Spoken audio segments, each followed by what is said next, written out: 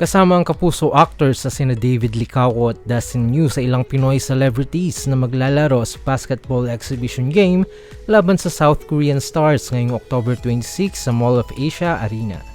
Sa kanilang Instagram account inanunsyo ng bench ang Shoot of Asia, isang basketball exhibition game na paglalabanan sa pagitan ng Team Philippines Squeeze Showtime at Team Korea Rising Eagles. Maliban kina David at Dustin, ang Team Philippines ay binubuo ng It's Showtime hosts na sina Vong Navarro, Jong Hilario at Ayon Perez. The Voice Kids Philippines coach na si Billy Crawford, kasama ang mga singers na sina Arthur Neri at Adi.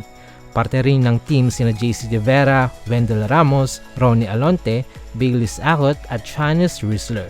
Sa kabilang banda, binubuo naman ng Team Korea sina Suin, Yunsok, Kim Taek, Daehee, Sunghon, Jinwoon, Chanwoong, Kyumin at Taejin, pati na rin ang K-pop stars na sina Minho ng SHINee at Janisu ng NCT.